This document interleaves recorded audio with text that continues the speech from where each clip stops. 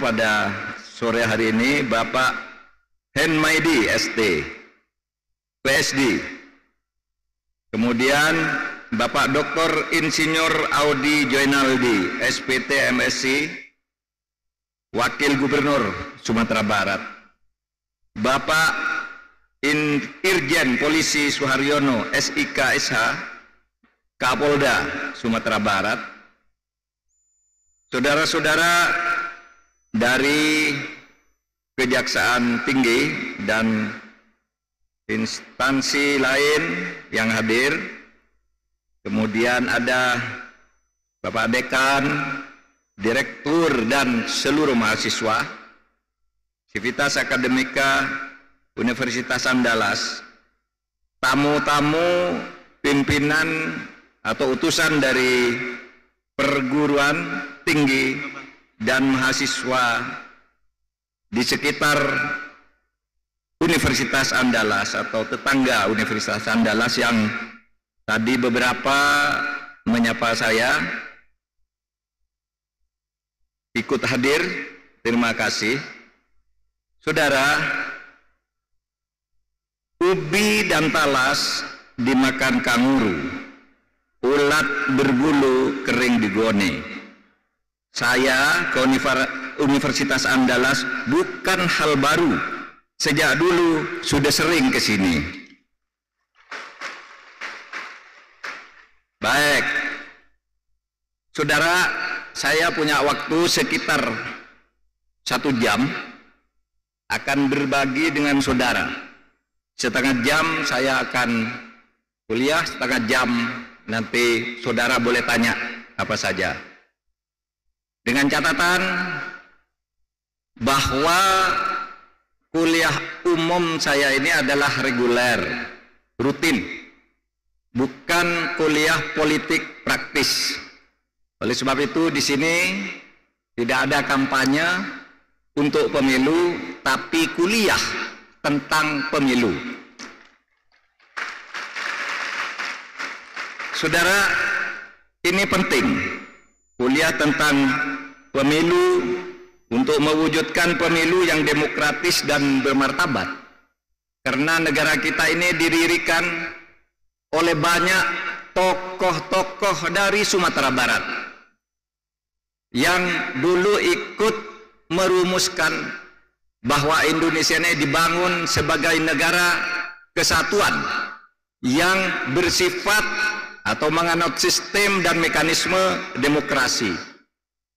Kita tahu ada nama besar seperti Hatta, Safruddin Prawira Negara, Syahrir, Yamin, Tan Malaka, Nasir, Hamka, dan lain-lain. Banyak sekali dari Sumatera Barat yang dulu sudah ikut meletakkan fondasi kehidupan kita bernegara secara demokratis. Saudara, kesepakatan para pendiri negara dulu adalah negara ini dibangun sebagai negara demokrasi dan negara yang berdasar nomokrasi. Ada perdebatan pada waktu itu, apakah negara kita ini akan dibangun sebagai negara demokrasi atau dibangun sebagai negara kerajaan, monarki, di mana pergantian pemerintahnya itu dilakukan secara turun-temurun karena hubungan kekeluargaan. Kerajaan atau demokrasi, waktu itu sebutannya republik, apakah demokrasi? Perdebatan berjalan panjang. Sebagian ingin bentuk negara republik demokrasi, sebagian ingin bentuk kerajaan. Ketika perdebatan berlarut-larut, seorang tokoh dari Sumatera Barat, namanya Muhammad Yamin, mengajukan usul kepada sidang. Beliau mengatakan, daripada kita berdebat tidak ada habis-habisnya, mari sekarang di stem saja. Apakah negara Indonesia ini akan dibangun sebagai negara demokrasi atau kerajaan. Dari 62 anggota Badan Penyelidik Usaha-Usaha Persiapan Kemerdekaan Indonesia atau Badan Pendiri Negara, dari 62 orang itu 55 orang memilih bentuk Republik Demokrasi, 6 orang memilih bentuk kerajaan, 1 orang memilih abstain. Demikianlah pada sidang tanggal 10 Juli tahun 1945 Indonesia dibangun sebagai negara demokrasi. Saudara, ada adagium. Demokrasi itu hanya akan berjalan baik kalau didampingi oleh nomokrasi. Demokrasi itu adalah kedaulatan rakyat, nomokrasi itu adalah kedaulatan hukum. Demokrasi tanpa kedaulatan hukum bisa liar, karena setiap orang bisa merasa benar sendiri dan membuat keputusan-keputusan sendiri yang membahayakan masyarakat karena kekuatan, baik kekuatan fisik maupun kekuatan uang. Tetapi nomokrasi, negara hukum, kalau tidak didukung oleh proses yang demokratis, itu bisa juga sewenang-wenang. Hukumnya menjadi elitis. Oleh sebab itu para pendiri negara sejak awal mengatakan, yang kemudian sekarang dimasukkan di dalam pasal 1 ayat 2 dan 3 Undang-Undang Dasar kita, dikatakan bahwa negara Indonesia adalah negara kesatuan republik, kesatuan yang berbentuk republik, kedaulatan berada di tangan rakyat dan dilakukan berdasar undang-undang dasar. Itu artinya kedaulatan di tangan rakyat itu demokrasi, dilaksanakan menurut undang-undang dasar itu artinya nomokrasi, karena undang-undang dasar itu ibu dari semua hukum yang ada di suatu negara. Lalu di pasal 3 atau di ayat 3 disebutkan Indonesia adalah negara hukum. Jadi demokrasi dan nomokrasi. Saudara, kita bicara pemilu. Pemilu adalah bentuk atau ekspresi atau mekanisme yang paling nyata dan bisa dilihat dan dilakukan oleh rakyat di dalam negara demokrasi. Oleh sebab itu, maka kita menggariskan karena pemilu itu adalah penggunaan hak rakyat yang paling mendasar, maka pemilu itu harus dilakukan secara bermartabat, yaitu demokratis. Demokratis itu artinya setiap rakyat diberi kesempatan untuk menyampaikan atau mengajukan atau menentukan pilihannya. Pemerintah dan penyelenggara harus jujur dan adil. Begitu juga para peserta pemilihan umum. Artinya kita semua harus bersikap sportif. Dengan demikian, pemilu yang bermartabat itu adalah pemilu yang harus sesuai dengan nilai-nilai yang kita anut sebagai bangsa, dengan etika dan dengan aturan hukum. Jadi ada nilai, ini pemilu bermartabatnya, ada nilai yang kita anut, kemudian ada etika, kemudian ada norma atau aturan hukum. Saudara sekalian, memperjuangkan nilai, menyampaikan aspirasi juga boleh didasarkan pada ikatan primordial. Saudara milih orang karena kesamaan agama, itu boleh. Karena kesamaan suku, itu boleh. Karena kesamaan profesi itu boleh. Kenapa? Karena orang memilih itu ingin mencari orang yang sama pikirannya untuk memperjuangkan apa yang diinginkan bersama. Tetapi yang tidak boleh itu menggunakan ikatan primordial sebagai politik identitas. Apa itu politik identitas? Politik identitas adalah sepolitik di mana identitas diri dijadikan alat untuk menundukkan dan mendiskriminasi orang lain. Misalnya, saya suku Jawa. Kalau saya menang nanti orang Batak saya singkirkan. Saya orang Hindu. Kalau saya menang orang Islam saya sikat. Saya orang Islam. Kalau saya menang orang agama lain disikat. Itu tidak boleh. Tapi kalau saudara memilih berdasar kesamaan agama, boleh, karena wakil-wakil saudara dan calon pemimpin saudara itu akan membawa aspirasi bersama. Saudara sekalian, kalau berbicara aturan-aturan atau demokrasi di dalam pemilu, itu aturannya sudah lengkap. Harus begini, tidak boleh begitu, syaratnya begini, dispensasinya begini, jadwalnya begini, semua sudah diatur. Oleh sebab itu, maka pemilu itu harus dilaksanakan sesuai dengan aturan-aturan. Ya. Sesuai dengan aturan-aturan itu artinya, kalau tadi saya dapat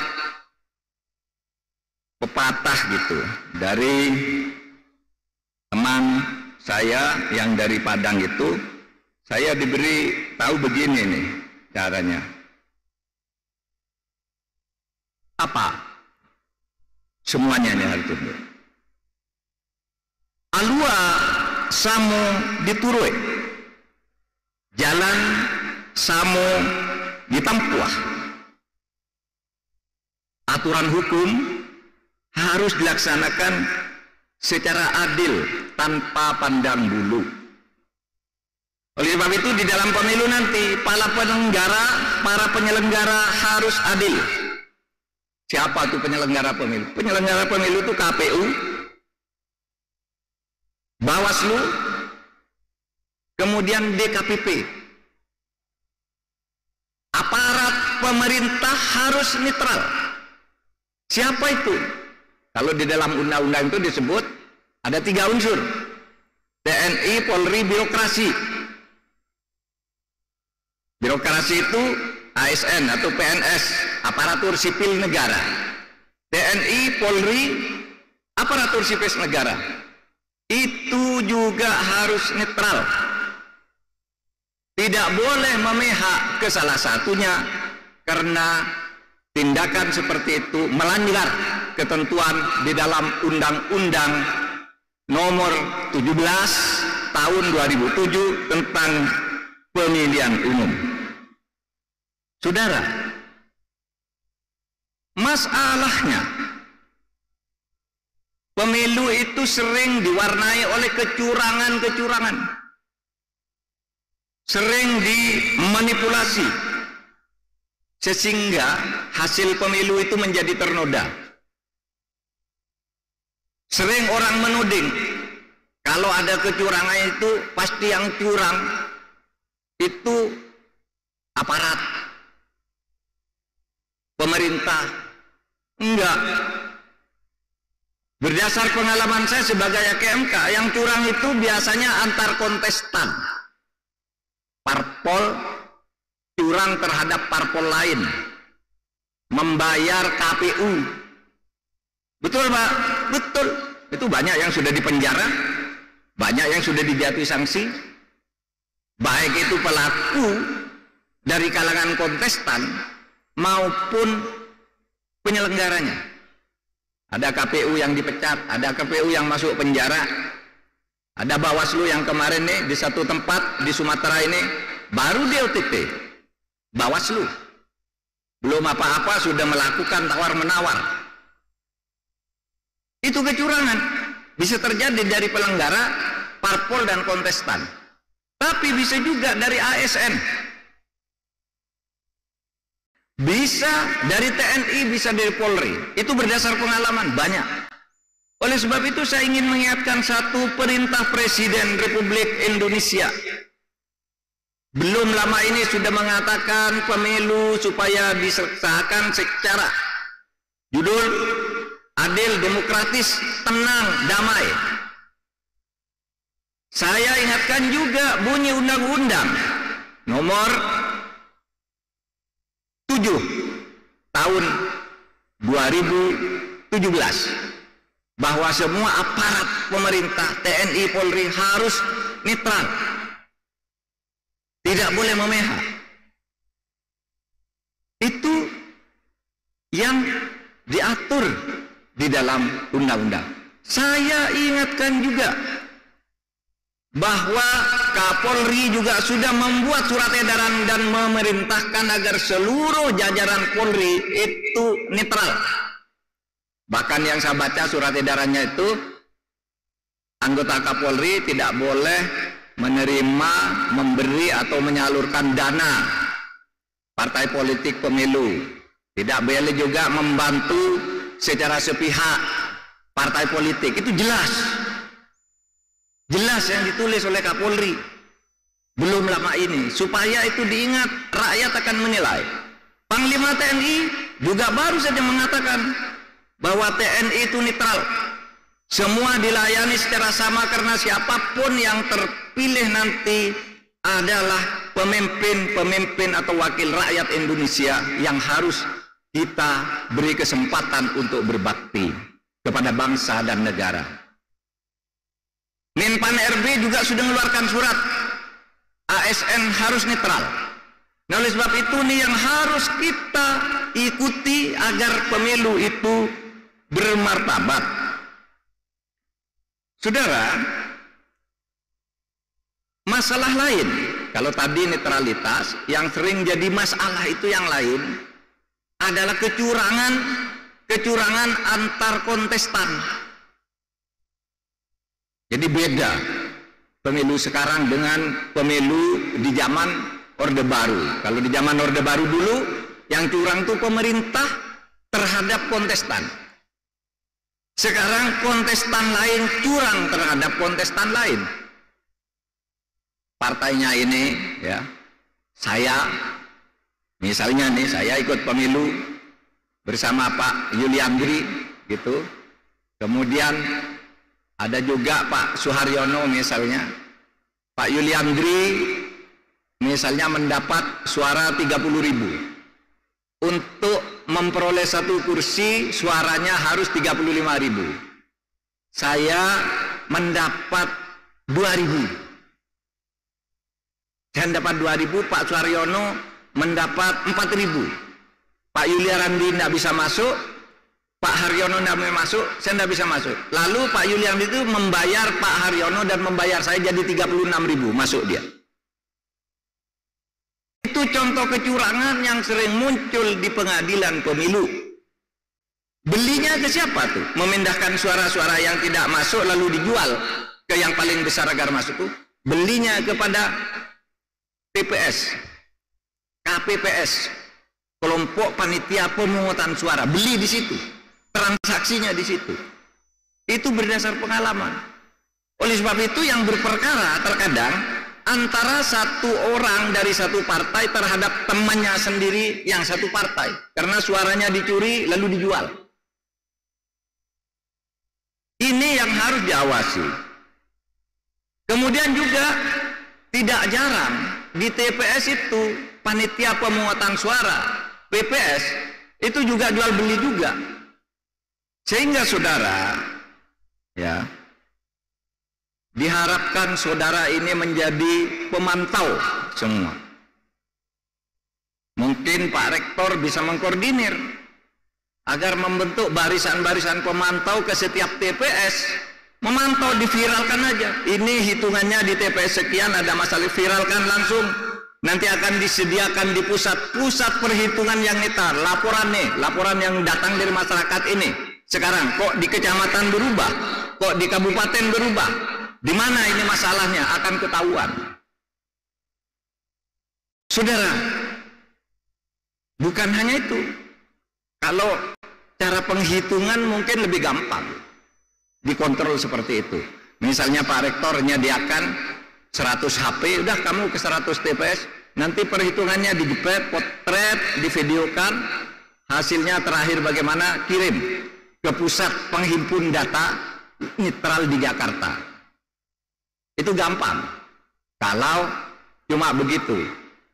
Tetapi proses menuju pencoblosan itu juga harus dikawal, bukan hanya di TPS. Karena terkadang kecurangan terjadi di sini, di proses-proses menuju tanggal pencoblosan. Saudara, ini semua saya katakan agar pemilu kita itu bermartabat. Nah, saudara sekalian, hal lain yang terakhir ini adalah banyaknya hoax. Hoax itu berita bohong. Berita bohong itu fitnah. Caranya bagaimana? Caranya ya dibuat berita palsu atau memotong kalimat orang. Gitu. Misalnya, kalau saya mengatakan begini, saya minta izin Pak Rektor karena saya takut di Unhas ini terjadi kecurangan pemilu. Lalu dibuang kata, karena saya takutnya itu dibuang. Sehingga saya bilang ke Pak Rektor, mohon izin Pak Rektor, di Unhas ini terjadi kecurangan pemilu. Clickbait. Dua kata dipotong lalu menjadi kalimat-kalimat yang hoax. Saya pernah mengatakan begini, DPR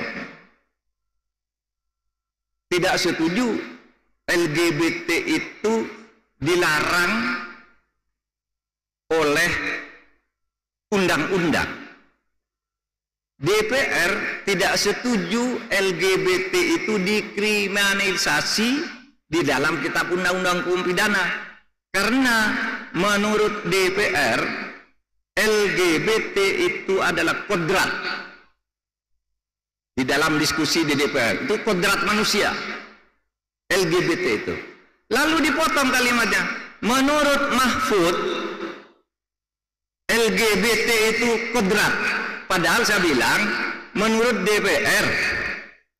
Lalu wartawannya nulis Mahfud yang ngomong gitu, menurut DPR-nya dibuang. Itu hoax. Saudara, hati-hati, yang begitu tuh suka menimbulkan keributan-keributan yang tidak diharapkan. Fitnah itu namanya black campaign, kampanye hitam. Ada juga kalau kampanye hitam dilarang. Mengada-ada sesuatu yang tidak ada itu ada hukumnya. Bisa fitnah, pencemaran nama baik dan seterusnya. Tapi ada kampanye.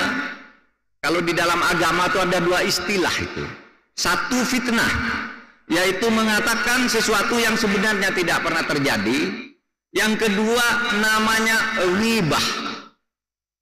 Ghibah itu apa? Ghibah itu memang betul terjadi apa yang dikatakan, tetapi itu masalah jelek yang seharusnya tidak dikemukakan. Misalnya, ada orang mengatakan, Bapak A itu setiap hari berantem dengan istrinya. Dan memang benar pernah berantem. Tapi kalau itu dikemukakan ke publik, keluarga ini tidak senang. Meskipun itu benar, maka di dalam agama itu ini disebut ghibah, sesuatu yang memang ada tetapi dikemukakan ke orang lain, padahal orang yang mengalami ini meskipun benar dia bersifat begitu, itu tidak senang kalau orang lain tahu. Hati-hati, bapak itu kalau bepergian ngurok misalnya, memang ngurok. Kalau tidur di pesawat ngurok, Memang murah, tetapi itu tidak bagus. Itu namanya black negative campaign. Memang betul, tapi tidak boleh itu dikampanyekan. Kalau black itu tidak ada, black campaign itu tidak ada, tapi diada-adakan, dipotong-potong. Nah, saudara sekalian, oleh sebab itu saya hanya ingin menyampaikan sebagai kesimpulan, dan sesudah ini mari kita berdiskusi, saudara, bahwa khusus untuk para mahasiswa dan kita semua yang hadir di sini, mari kita kampanyekan pemilu ini agar setiap warga negara yang mempunyai hak untuk memilih, setiap warga negara yang mempunyai hak untuk memilih, supaya datang ke TPS untuk memberikan suaranya. Jangan berpikir, Pak, Bu, calonnya tidak ada yang bagus, untuk apa saya milih? Saudara, pemilu itu bukan untuk memilih orang yang sempurna. Pemilu itu adalah memilih orang-orang yang dianggap lebih baik dibandingkan yang lain, atau orang-orang yang jeleknya lebih sedikit dibandingkan yang lain. Nah, kalau orang-orang idealis tidak mau milih karena ingin calonnya itu sempurna, maka nanti yang menang di dalam pemilihan itu adalah orang yang tidak baik, karena orang yang baik tidak mau memilih. Oleh sebab itu, serukan saudara datang ke TPS. Siapapun yang mau saudara pilih, ya pilih. Siapapun yang mau saudara pilih, pilih. Pilihan ada di depan saudara. Kampanye memberitahu kepada warga masyarakat yang bagus ini boleh, asal bukan dengan tekanan dan bukan dengan penipuan-penipuan. Silakan, boleh, saudara sekalian. Kemudian saya berharap nanti ada inisiatif dari masyarakat untuk bergabung ke dalam satu gerakan lapor pemilu dan langsung diviralkan. Itu penting, asal benar, asal tidak mengada-ada.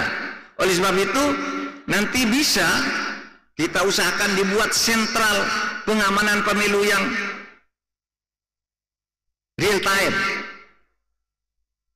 Oh, itu di Andalas ada begini, langsung masuk. Bisa diverifikasi siapa yang ngirim, jam berapa, terjadi di mana.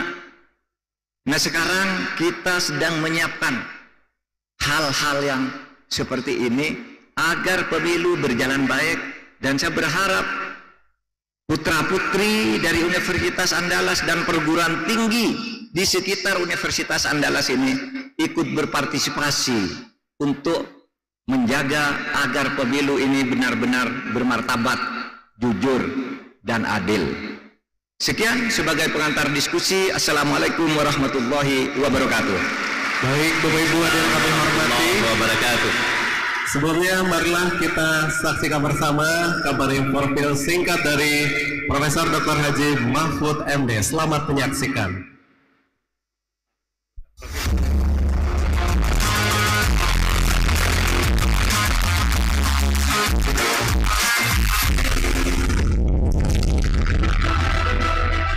Muhammad Mahfud MD lahir 13 Mei 1957 di Sampang, Madura, Jawa Timur.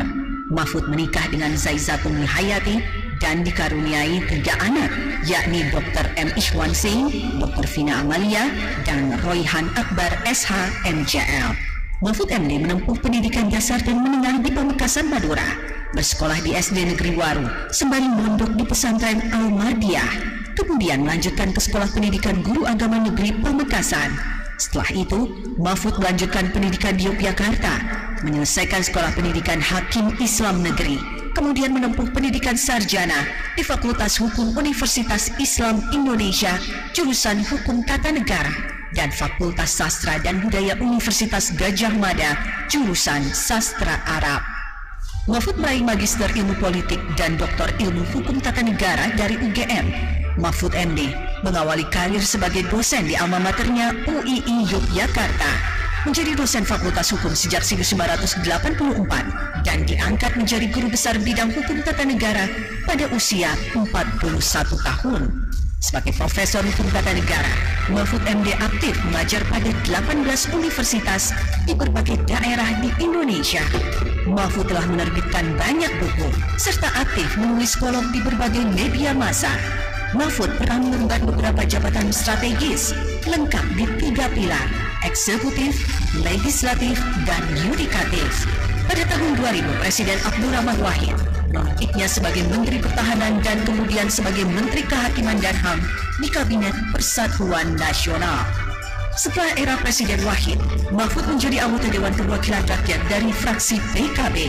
Setelah berkiprah di DPR, Mahfud MD terpilih sebagai Hakim Konstitusi periode 2008-2013 dan menjadi Ketua Mahkamah Konstitusi hingga 2013. Mahfud kemudian diangkat Presiden menjadi anggota Dewan Pengarah BPIP. Saat ini, sejak 2019, Mahfud dipercaya oleh Presiden Joko Widodo mengemban amanah sebagai Menteri Koordinator Bidang Politik, Hukum, dan Keamanan. Mahfud adalah Menko Polhukam pertama dari kalangan sipil. Di sela kesibukannya sebagai akademisi dan pejabat negara, Mahfud MD giat di berbagai organisasi kemasyarakatan. Pernah menjadi Ketua Dewan Kehormatan Ikatan Sarjana Nahdlatul Ulama (ISNU), Mustasyar di Majelis Permusyawaratan Pengasuh Pesantren se-Indonesia (MP3I), Ketua Dewan Penasehat Ikatan Keluarga Alumni Universitas Islam Indonesia, Ketua Dewan Pakar Keluarga Alumni Universitas Gadjah Mada. Pernah menjadi Koordinator Presidium Majelis Nasional Korps Alumni Himpunan Mahasiswa Islam atau KAHMI, serta pernah menjadi Ketua Asosiasi Pengajar Hukum Tata Negara dan Hukum Administrasi Negara. Mahfud yang dikenal sebagai sosok berintegritas mendapat sejumlah gelar kehormatan dari berbagai masyarakat adat. Di antaranya gelar Angku Mojo Sadio dari masyarakat Magek, Sumatera Barat, kemudian mendapat gelar Karaeng Tojen yang berarti pembawa kebenaran dari masyarakat Galesong, Sulawesi Selatan. Mahfud juga mendapat kehormatan sebagai anak adat dari warga suku Marori Menggei, Merauke, Papua dengan nama Muhammad Mahfud Dongguo Kaise.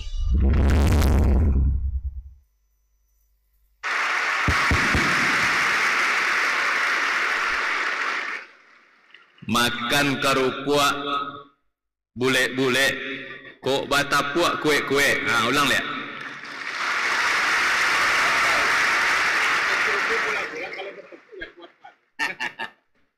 Baik, saya baru tahu bahwa tamu kita, guru besar kita, punya 2 gelar kesarjanaan, sastra Arab dan hukum.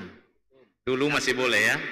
Masya Allah, luar biasa. Sekali lagi tepuk tangan untuk Profesor Mahfud MD. Saya ambil beberapa poin tadi.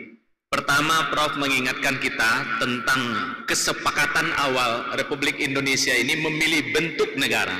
Dan di antara tokoh yang mengusulkan itu ada yang banyak berasal dari Sumatera Barat. Kemudian yang kedua, sebagai bagian konsekuensi daripada Republik, ada proses pesta demokrasi, pemilu.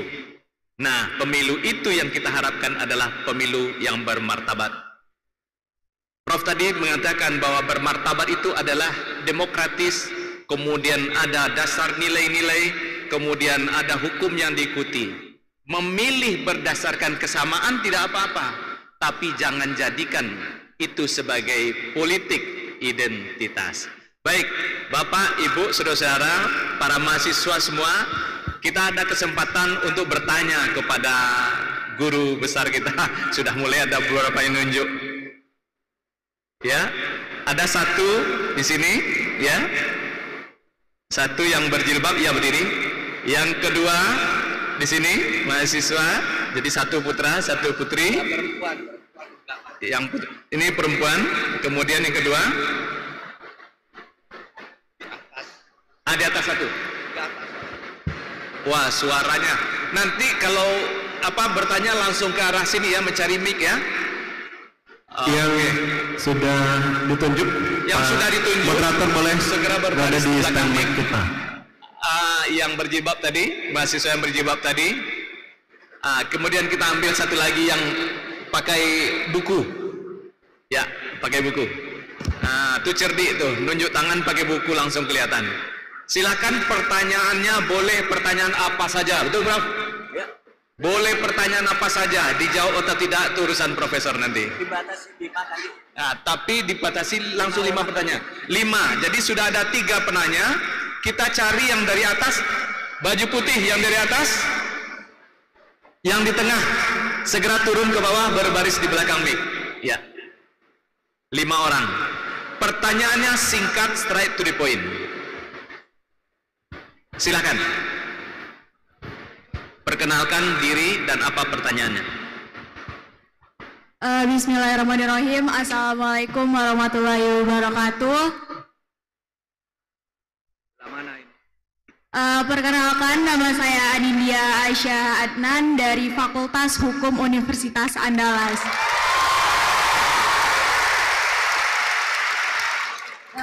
Saya dari angkatan 2021.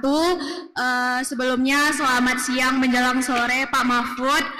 Saya ingin menanyakan ada beberapa pertanyaan. Kebetulan saya ingin memberikan apa dulu ya Pak? Bahwa saya juga asalnya dari Jawa Timur dan berdomisilinya tapi di Riau, tapi keluarga besar aslinya di Jawa Timur. Mungkin saya akan lanjut aja untuk pertanyaannya Pak. Bagaimana langkah-langkah konkret yang dapat dilakukan untuk memastikan bahwa pemilu 2024 nantinya itu berlangsung secara demokratis dan konkret? Dan berhubungan dengan itu juga Bapak seorang ahli hukum dan merangkap mantan Ketua MK dan Hakim Mahkamah Konstitusi, bagaimana Bapak melihat peran lembaga-lembaga hukum terutama lembaga yudikatif, yang dimana lembaga yudikatif ini sebagai lembaga yang menyelesaikan hasil sengketa pemilu dalam memastikan integritas dan transparansi pemilu 2024. Mungkin itu pertanyaan dari saya. Terima kasih. Wassalamualaikum warahmatullahi wabarakatuh. Lanjutkan yang kedua. Bismillahirrahmanirrahim. Assalamualaikum warahmatullahi wabarakatuh. Salam Om Swastiastu, Namo Buddhaya, Rahayu. Selamat sore untuk Bapak Profesor Dr. Mahfud MD. Izinkan saya perkenalkan diri terlebih dahulu. Nama saya Farasat Ahmad. Saya adalah mahasiswa dari Fakultas Hukum Universitas Andalas tahun 2023. Pada kesempatan kali ini saya ingin menyampaikan 2 buah pertanyaan.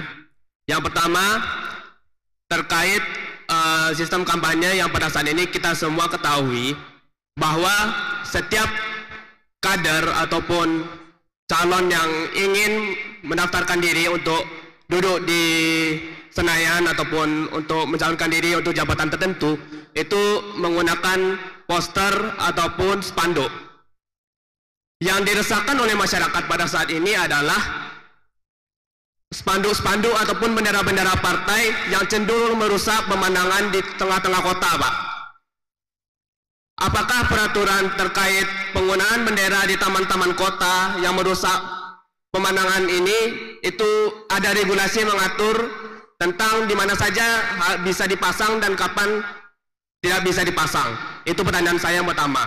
Yang kedua, untuk generasi muda seperti saya, Pak, generasi muda seperti saya yang lebih aktif melihat kampanye di media sosial, itu bersama rekan-rekan di sini sama-sama merasakan keresahan yang sama, yaitu adanya isu buzzer, Pak.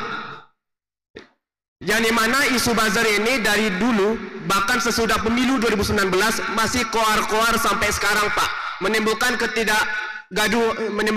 kegaduhan di tengah-tengah masyarakat hingga hari ini, Pak. Dan kita sama-sama ketahui pelaksanaan kampanye ini baru dilaksanakan pada tanggal 28 November sampai tanggal 10 Februari 2024 nanti, Pak. Kemudian kita akan melalui masa tenang selama 3 hari yang dimana kita tidak boleh berkampanye sama sekali. Lalu langkah apa yang bisa kami lakukan sebagai seorang mahasiswa untuk mengawal pemilu ini menjadi pemilu yang bermartabat dengan cara menertibkan para buzzer yang selalu menimbulkan keributan ini di masa tenang tersebut, Pak. Sekian pertanyaan dari saya. Terima kasih. Assalamualaikum warahmatullahi wabarakatuh.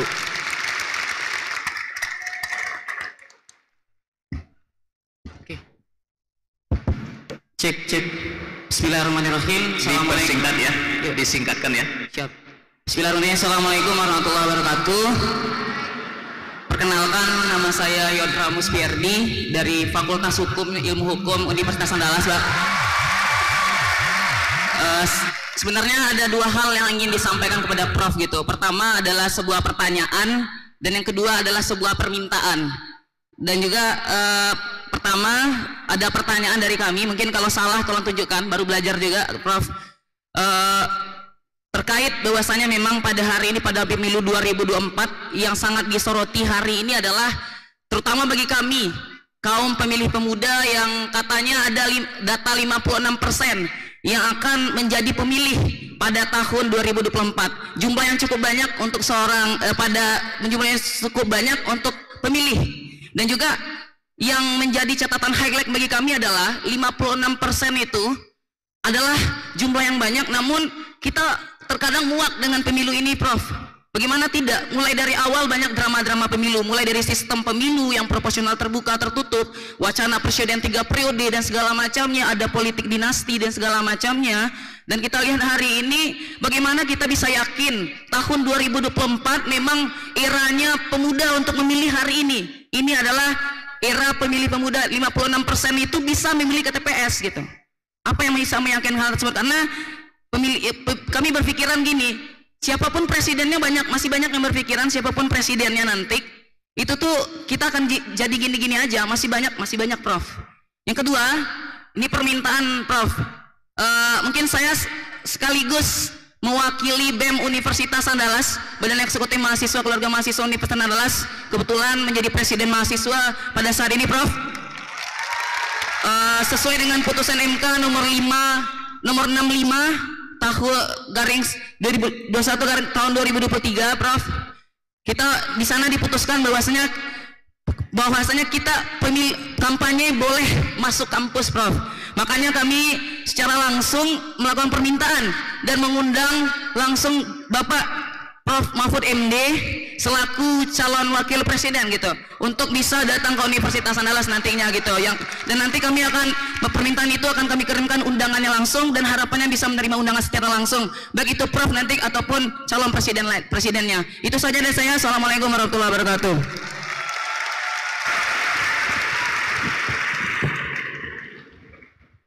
Assalamualaikum warahmatullahi wabarakatuh.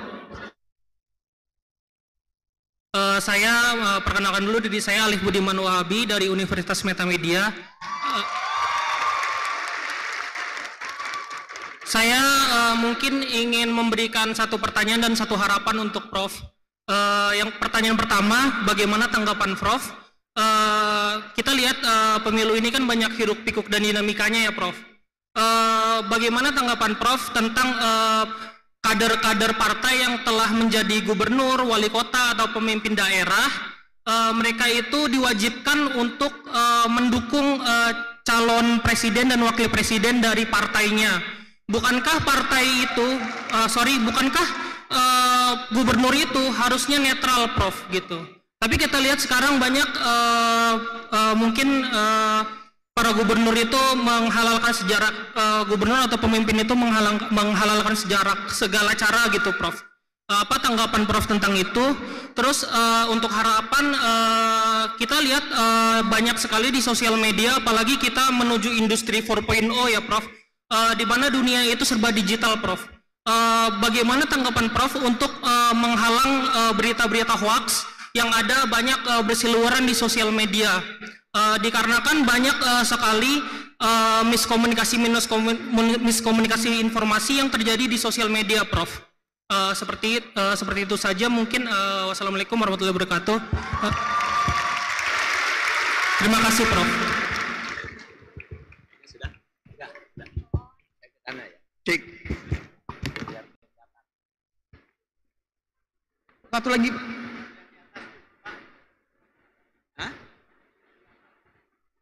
Ada yang di atas? Oh ya. Mic-nya bisa? Oh, ada mic-nya. Bisa. Baik. Terima kasih. Assalamualaikum warahmatullahi wabarakatuh. Perkenalkan, nama saya Ilham Asyuari dari Fakultas Ilmu Komputer Universitas Putra Indonesia YPTK Padang. Dari yang disampaikan oleh Bapak, kurang jelas tadi nama dan asalnya. perkenalkan, nama saya Ilham Asyuari, Fakultas Fakultas Ilmu Komputer Universitas Putra Indonesia YPTK Padang.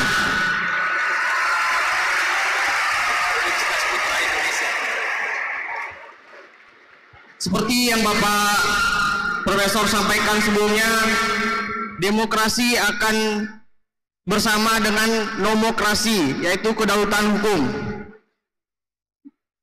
Kedaulatan hukum, mengingat itu, saya mengambil pasal 27 ayat 1 Undang-Undang 1945 yang berbunyi, segala warga negara bersamaan kedudukannya di dalam hukum dan pemerintahan, dan wajib menjunjung hukum dan pemerintahan itu dengan tidak ada kecualinya. Saya juga sering mendengar di siaran pers oleh Bapak Prof, yaitu dimanapun negara hancur kalau hukum tidak ditegakkan dengan benar. Pada saat ini masih banyak hukum, bisa dibilang hukum yang runcing ke bawah dan tumpul ke atas. Jadi pertanyaan saya, bagaimana hal tersebut? Apakah negara kita ini hancur? Yang seperti Bapak Prof sampaikan, negara hancur kalau hukum tidak ditegakkan dengan benar. Terima kasih.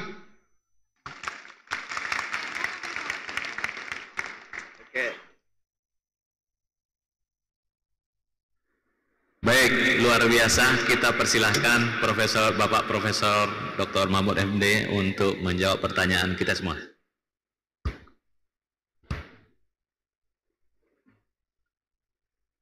Saudara, kita punya waktu kira-kira 1/4 jam untuk menjawab ini semua. Terima kasih. Ada 3 penanya dari Universitas Andalas, kemudian ada 1 dari Universitas Multimedia, dan ada 1 dari Universitas Putra Indonesia. Saudara, mungkin saya salah catat ini, Amindia Adnan dari Fakultas Hukum Universitas Andalas. Apa langkah konkret agar pemilu itu berjalan dengan baik, yang bisa memastikan berjalan dengan baik? Ikuti semua aturan, ikuti etika, ikuti nilai-nilai yang mendasari kehidupan kita bernegara. Tadi kan dikatakan tuh, pemilu yang bermartabat itu ikut nilai. Dasarnya adalah nilai. Apa nilai kita itu? Pancasila. Pancasila itu mengajarkan kejujuran, ketertiban, keteraturan, ketuhanan, karena kita dosa kalau kita tidak mengikuti nilai-nilai tertentu. Lalu ada etika. Etika itu baik dan buruk. Nah, kita pilih yang baik. Kita pilih yang baik. Kalau nilai-nilai itu moral, baik, benar dan salah. Lalu ada etika itu baik dan buruk. Lalu ada norma, aturan. Nah, aturan itu supaya ditaati. Itu udah pasti pemilunya akan bagus. Pak, apa bisa pemilu yang seperti itu berjalan? Saudara, seluruh dunia di dalam studi-studi ilmu politik mempersaksikan secara ilmiah bahwa pemilu yang paling demokratis di dunia pernah terjadi di Indonesia, yaitu pada tahun 1955. Bisa. Tahun 55 itu. Bisa. Tidak ada catatan di situ pelanggaran apa, ya kecil-kecil biasalah, insiden yang tidak disengaja dan sebagainya. Panitianya netral. Pelaksanaan netral, pengadilannya juga netral pada waktu itu, tahun 1955. Jadi bisa, dengan cara apa? Nilai Pancasila, nilai kejuangan kita, ideologi negara kita, kemudian etika kita dan norma-norma aturan yang sudah dibuat diikuti saja itu sudah akan baik. Seumpama ada insiden dari situ, nanti akan ada Mahkamah Konstitusi yang akan meluruskannya. Cuma tadi ada yang tanya, Pak, siapa tuh yang tanya tadi, apakah Bapak yakin kalau Mahkamah Konstitusinya seperti itu bisa menyelesaikan masalah gitu? Nanti jawabannya nanti. Nah ya ini pertanyaannya juga sama Nindya tadi, bagaimana lembaga yudikatif bisa dipercaya kalau seperti sekarang ini masalahnya? Saudara, yang di Mahkamah Konstitusi itu adalah peristiwa mendung bagi dunia hukum, tetapi sekarang awannya sudah dibersihkan. Karena apa? Penyebab mendungnya itu sudah diselesaikan. Melalui Majelis Kehormatan Mahkamah Konstitusi sudah menyatakan dengan jelas ini pelanggaran berat. Ada yang tanya, Pak, itu yang melanggar itu kan 9 hakim melanggar semua, kok hanya 1 yang diberhentikan dari jabatannya? Iya, karena yang 8 itu hanya melakukan pelanggaran ringan, ngomong ke media terlanjur, tapi yang 1 melakukan pelanggaran berat. Ada yang tanya gini loh, Pak, kenapa sudah tahu melakukan pelanggaran berat kok hanya diberhentikan dari jabatan, kok tidak dipecat? Kan menurut aturan harus dipecat dari kedudukan sebagai hakim. Menurut saya putusan MK itu harus diterima sebagai keputusan final, tidak perlu diperdebatkan. Kenapa, Pak? Ya alasannya boleh saudara setuju boleh tidak, tapi tetap ini alasannya. Saudara, kalau ketua MK itu diberhentikan, dia boleh naik banding dengan membentuk MK yang baru. Misalnya saya ketua MK, diberhentikan dari jabatan ketua, saya boleh sebagai ketua MK membentuk lagi, saya membentuk lagi untuk banding. Jadi tidak ada kepastian kalau langsung dipecat. Kalau cuma diturunkan dari jabatannya lalu tidak boleh ikut sidang, sudah kepastian hukum segera terjamin, pemilu tidak terganggu. Itu yang sekarang harus kita terima. Dan insya Allah sidang-sidang sengketa hasil pemilu yang akan datang itu akan lebih baik. Karena pertama, borok-boroknya sudah dibongkar sekarang. Yang kedua, penyakitnya sudah diamputasi. Sehingga yang baru ini pasti akan takut untuk main-main dengan sengketa hasil pemilu nanti.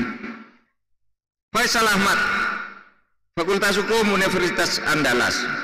Sistem kampanye menggunakan poster, spanduk, Pak, itu merusak pemandangan di kota.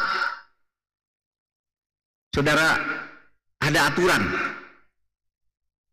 Di Perda ada, di peraturan KPU ada, agar ya, kalau mau masang baliho, spanduk apa itu, 1 ada izin kepada Pemda dan ada pajaknya kalau jenisnya tertentu, dan ada tempatnya, sehingga kalau melanggar tempat dan sembarangan itu bisa diturunkan atau bisa dipanggil tuh pindah agar tidak mengganggu gitu. Tapi banyak saudara orang lain yang menganggap banyaknya spanduk itu sampai ke desa-desa, di pohon-pohon, digantung di layangan, di apa. Ada yang bilang justru itulah kemeriahan pemilu. Ada. Tapi yang jelas semua itu ada aturannya. Generasi muda, Pak, sekarang ini banyak buzzer. Politik menggunakan buzzer. Saudara, saya ingin sampaikan, sering sekali kalau saudara bicara buzzer itu seakan-akan bahwa buzzer itu hanya yang membela pemerintah. Kalau menyerang Pak Jokowi gitu lalu muncul buzzernya. Padahal buzzer itu juga ada yang dari pihak sana. Saudara tahu ada satu kelompok buzzer yang sangat terkenal, namanya Muslim Cyber Army. Itu jelas menyerang pemerintah. Bukan buzzer dari pemerintah, nyerang pemerintah terus sampai orangnya ketangkap masuk penjara juga. Karena membuat hoax-hoax itu tadi. Organisasinya ada, namanya ada. Itu koordinatornya seorang perempuan juga ada. Jadi kalau bicara buzzer itu, bayangan saudara jangan bicara penguasa. Buzzer itu ada di mana-mana. Buzzer itu artinya pendengung. Oleh sebab itu mari bangun kesadaran, beretika tadi. Bermoral dan beretika. Agar jangan menjadi buzzer. Bicara lewat media silakan jalan. Boleh bicara melalui medsos. Tetapi yang berkeadaban. Jangan membuat fitnah, jangan membuat ghibah. Tapi sekarang buzzernya pecah kongsi itu. Ada yang dulu dukung, nah sekarang balik nyerang. Ini saling perang sendiri di antara kelompok buzzer. Ini tuh akibatnya kalau hanya emosi, bukan logika yang dipakai. Tapi begini, saudara. Ini penting, ini akademis. Buzzer itu kan biasanya menggunakan IT, menggunakan medsos. Nah dulu ketika medsos baru berkembang, itu timbul problem. Karena pada waktu itu ada orang memfitnah orang, menyebarkan berita bohong dan meresahkan. Itu dianggap yaitu kebebasan. Tetapi menimbulkan keresahan, akhirnya dibuat undang-undang ITE, undang-undang tentang informasi dan transaksi elektronik yang mengancam orang barang siapa membuat berita bohong, menyebarkan tanpa hak dan seterusnya diancam pidana sekian. Nah sesudah ada undang-undang ini ada protes lagi, Pak ini kan melanggar kebebasan. Dulu katanya harus diatur, sekarang sesudah diatur melanggar kebebasan. Nah ini dilema. Oleh sebab itu nih sedang kita garap sekarang bagaimana membuat undang-undang ITE yang baru, yang sesuai dengan kebutuhan kita sehingga bisa keluar dari dilema yang kita hadapi itu. Saudara, dari BEM UNAN, Pak, 56% sekarang generasi milenial dan Gen Z, generasi Z. Gimana cara meyakinkan agar anak-anak seperti saudara ini mau datang ke TPS? Nyatanya sudah muak. Mau milih siapa? Muak milih calon-calonnya seperti itu, jorok semua. Partainya kotor. Saudara jangan berpikiran begitu. Kalau orang saudara menginginkan yang baik, lalu tidak ada yang baik terus saudara tidak milih, semakin hancur negara ini. Oleh sebab itu, lawan rasa muak itu datang ke TPS, pilih yang baik. Itu tanggung jawab saudara. Saudara, tidak lama lagi negara ini akan dipimpin oleh saudara. Saya sudah 23 tahun berturut-turut di pemerintahan. Sudah 40 tahun kalau dihitung sejak dari PNS. Sekarang sudah waktunya siap-siap untuk berhenti dan saudara harus siap-siap untuk naik. Saudara tidak bisa menghindar mengelola Indonesia ini ke depan. Karena ini warisan dari para pendiri negara untuk saudara-saudara, untuk kita lanjutkan sampai ke akhir masa kelak. Indonesia ini tetap ada. Jadi rasa muak jangan saudara jadikan alasan untuk tidak memilih. Pilih siapa saja yang menurut saya paling baik di antara yang baik. Saya selalu mengutip ini. Saudara, pemilu itu bukan memilih malaikat. Malaikat itu tidak ada dosanya. Tidak ada jeleknya malaikat. Tapi manusia itu memilih manusia untuk memimpin kita. Sedangkan manusia, tidak ada seorang pun manusia itu yang tidak ada jeleknya dan tidak ada bagusnya. Manusia itu selalu campuran antara baik dan buruk. Tugas saudara memilih yang baiknya lebih banyak dari jeleknya. Karena pemilu itu tidak mungkin memilih orang sempurna atau malaikat. Pemilu itu adalah satu sikap untuk menyatakan agar orang jahat tidak jadi pemimpin. Itu filosofinya. Kalau mau nilai yang bagus tidak ada. Nabi sudah tidak ada sekarang. Kalau Nabi bagus. malaikat bagus, tapi kita milih manusia di antara kita sendiri. Pilihlah yang terbaik. Saudara, putusan MK, kampanye boleh masuk kampus. Memang begitu putusan MK. Kampanye masuk kampus itu adalah kampanye dialogis atas izin rektor. Tentu ada temanya. Misalnya, Pak, gimana cara mengatasi kolusi atau mafia di bidang pertambangan? Anda sebagai calon wakil rakyat dari daerah Sumbar, ayo datang kampanye ke kampus. Apa? Boleh atas izin rektor. Boleh. Nah, itu kalau kampanye elektoral. Kalau kampanye untuk inspirasi, untuk dasar negara, untuk mencapai tujuan negara yang sifatnya abstrak, inspiratif, itu memang boleh.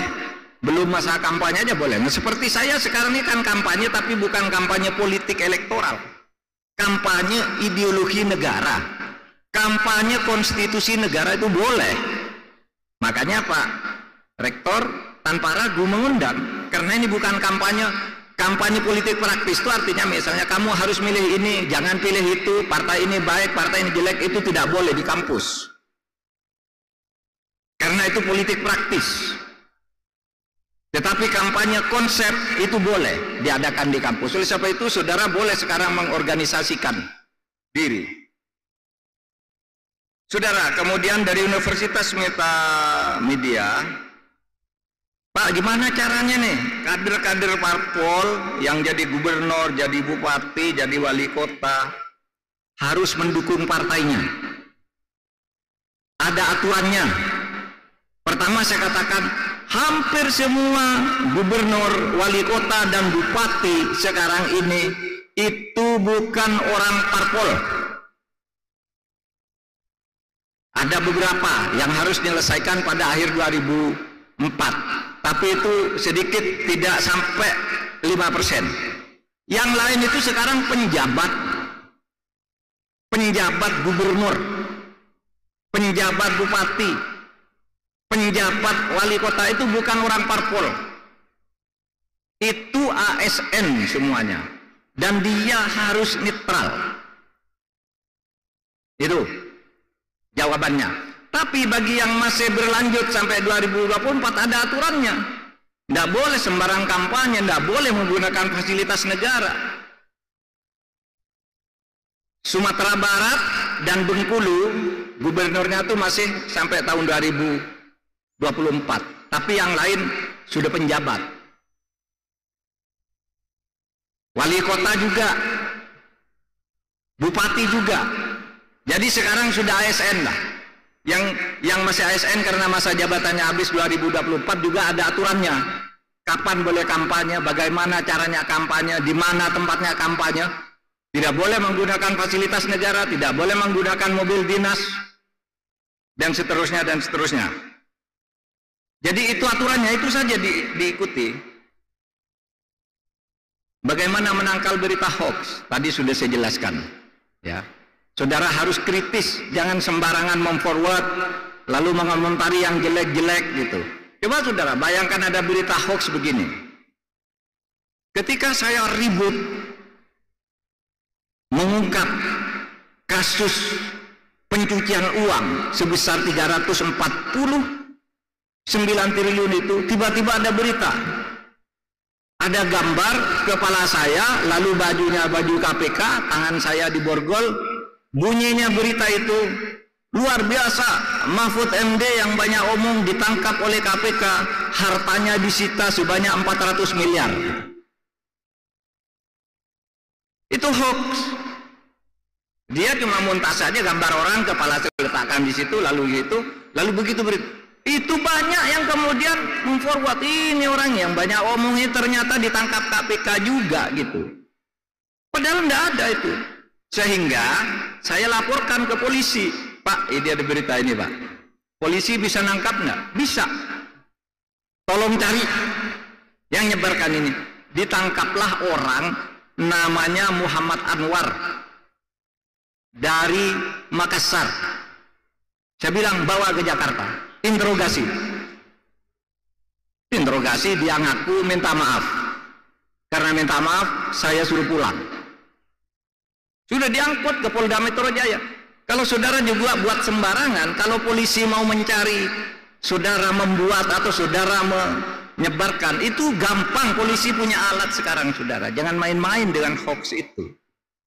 2 kali saya, ada orang juga bilang, Pak Mahfud itu nggak tahu melaksanakan tugasnya tentang pelanggaran HAM. Masa peristiwa seperti itu disebut, itu yang peristiwa KM 50, disebut bukan pelanggaran HAM berat. Lah saudara, memang iya, kejahatan berat dan pelanggaran HAM berat itu beda. Kejahatan berat itu dilakukan oleh sipil atau oleh oknum yang tidak mengatasnamakan struktur. Itu kejahatan berat, misalnya membunuh 10 orang, membakar 200 orang, itu kejahatan berat. Narkoba itu kejahatan berat. Tapi kalau pelanggaran HAM berat, itu pelakunya aparat secara resmi, diperintah oleh atasannya, caranya begini, nanti hasilnya begini, cara menyembuhkannya begini. Itu namanya pelanggaran HAM berat. Lalu dia bilang, itu Pak Mahfud Menko Polhukam bodoh, tidak berperi kemanusiaan, orang dibunuh bukan pelanggaran HAM berat. Memang bukan. Dia bilang begitu. Saya bilang ke polisi, bisa enggak nih dicari orangnya? Bisa Pak, pakai face recognition. Saya lapor jam 9, jam 11 sudah ketemu orangnya, sudah diantar ke kantor saya. Ini Pak orang yang melakukan. Ternyata takmir masjid. Ya akhirnya cuma minta maaf gitu. Minta maaf Pak, saya tidak tahu bedanya pelanggaran HAM berat dan kejahatan berat. Ya udah kamu pulang. Jangan suka berkomentar hal-hal yang kamu tidak tahu. Saya bilang begitu. Ini kalau nanggepi orang-orang begitu tuh gampang saudara. Kita sudah punya alat, KPK punya, polisi punya, BIN punya, BAIS punya. Bahkan sekarang orang-orang swasta itu juga udah ada yang mulai punya tuh. Mengikuti siapa nih yang pertama kali membuat ini, disebarkan oleh siapa, beredar ke nomor berapa saja. Sudah bisa dilacak sekarang. Jangan main-main dengan hoax. Nanti kalau itu sangat serius, saudara dicari gampang. Tidak perlu waktu 2 hari untuk menemukan saudara, untuk menemukan kita. Itu. Saudara sekalian, yang terakhir, Saudara Aswari dari Universitas Putra Indonesia. Segala warga negara sama kedudukannya di depan hukum dan pemerintahan. Tetapi di Indonesia ini Pak, kok banyak pelanggaran hukum. Negara bisa hancur, kata Pak Mahfud. Ya, saya selalu berteriak agar hukum di negeri ini ditegakkan. Karena kalau hukum tidak ditegakkan, negara itu bisa hancur. Dalilnya 2. Dalil ilmiahnya, terjadinya 4 dis. Jika suatu negara dalam proses penegakan yang hukumnya masuk ke 4 dis itu, negara itu akan hancur. Apa itu? Pertama, negara itu mengalami disorientasi. Keluar dari ketentuan-ketentuan yang harusnya menjadi orientasi penegakan hukum. Hukum selalu dilanggar, itu berarti disorientasi. Yang kedua, distrust. Kalau hukum selalu disorientasi, maka akan timbul distrust, ketidakpercayaan publik. Kalau ketidakpercayaan publik terus berkembang, akan terjadi disobedience, pembangkangan. Orang membangkang terhadap putusan pengadilan, membangkang. Kayak sekarang itu orang sudah bilang, putusan pengadilan itu bohong, nggak usah diikuti. Itu disobedience namanya. Kalau disobedience karena pelanggaran hukum terus terjadi ini, disobedience dibiarkan, maka akan terjadi disintegrasi. Disintegrasi itu saudara, artinya negara itu hancur, negara itu bubar. Itu dalil ilmiahnya. Ada bukunya tentang itu yang disusun berdasar fakta-fakta timbul dan tenggelamnya negara. Nah, ini yang saya katakan dalil 4 dis ini itu diperkuat atau berdasar pada hadis Nabi. Kata Nabi, ingatlah Ini ceritanya gini, singkat, 2 menit. Suatu hari ada seorang aristokrat di Madinah, namanya Bani Mahzum. Bani Mahzum itu punya seorang perempuan cantik, anaknya suka mencuri. Suatu saat ketangkap mencuri karena dia punya penyakit kleptomania. Kalau tidak mencuri itu tangannya gatal, apapun dicuri gitu. Dilaporkan ke Nabi. Nabi, ini mencuri, ya udah hukumannya potong tangan. Lalu keluarga Bani Mahzum itu merayu Nabi melalui putra angkat Nabi. Tolong bilang ke Nabi dong, anak saya jangan dihukum, saya malu. Sudah bayar berapa saja saya mau, asal jangan dihukum anak saya. Mau nyuap dia kepada Nabi. Lalu apa, saudara? Kata Nabi, ingat hancurnya bangsa-bangsa dan negara besar di masa lalu itu karena kalau ada orang aristokrat, orang pejabat, orang punya uang bersalah minta tidak dihukum, sementara kalau ada orang kecil bersalah langsung dihukum. Itu negara hancur kalau kayak gitu, kata Nabi. Contohnya tuh negara bangsa lalu, Romawi, Cina, Mesir, Persia itu kan timbul tenggelamnya pemerintah itu karena ketidakadilan. Hancurnya sebuah rezim itu karena ketidakadilan. Maka kata Nabi, Bani Mahzum, tidak bisa saya mengampuni anakmu. Anakmu harus dipotong. Karena kata Nabi, fa'ayyamallah lau anna Fatimah binti Muhammad saraqat faqata'tu yadaha. Demi Allah, jangankan anaknya Bani Mahzum, anak saya Fatimah kalau mencuri saya potong tangannya agar negara tidak hancur. Oleh sebab itu, ya kalau ingin menegakkan negara ini, mari tegakkan hukum dengan baik. Sekian. Assalamualaikum warahmatullahi wabarakatuh.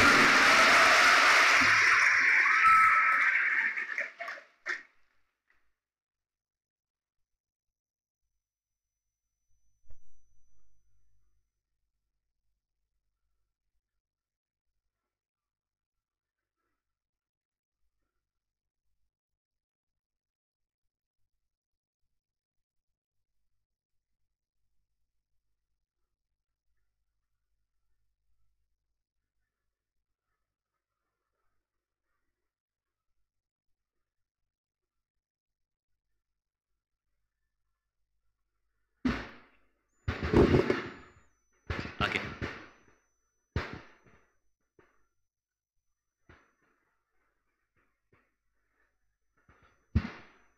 Alhamdulillah, materi yang sangat menarik sekali, pembahasan yang dilakukan oleh yang ahlinya. Namun waktu yang membatasi ini, Prof, ya. Tolong ambilkan si daun lontar, anyam ikat memakai pita. Tak senang berbincang hanya sebentar, waktu betul yang memisahkan kita. Jadi kami melihat antusias wajah daripada para peserta ini, nampak sekali rasa yang ingin disampaikan. Ucapan terima kasih kepada Profesor Dr. Muhammad Mahfud MD atas kuliah yang luar biasa ini. Insya Allah berkah, bermanfaat dunia sampai akhirat. Kemudian kita dapat mencapai nanti pemilu yang bermartabat. Terima kasih sekali lagi. Billahi taufiq wa hidayah. Assalamualaikum warahmatullahi wabarakatuh. Waalaikumsalam warahmatullahi wabarakatuh. Kita berikan big applause sekali lagi kepada moderator dan juga narasumber kita yang luar biasa. Baik Bapak Ibu hadirin yang kami hormati, acara kita belum selesai. Selanjutnya marilah kita ikuti bersama dan saksikan penyampaian.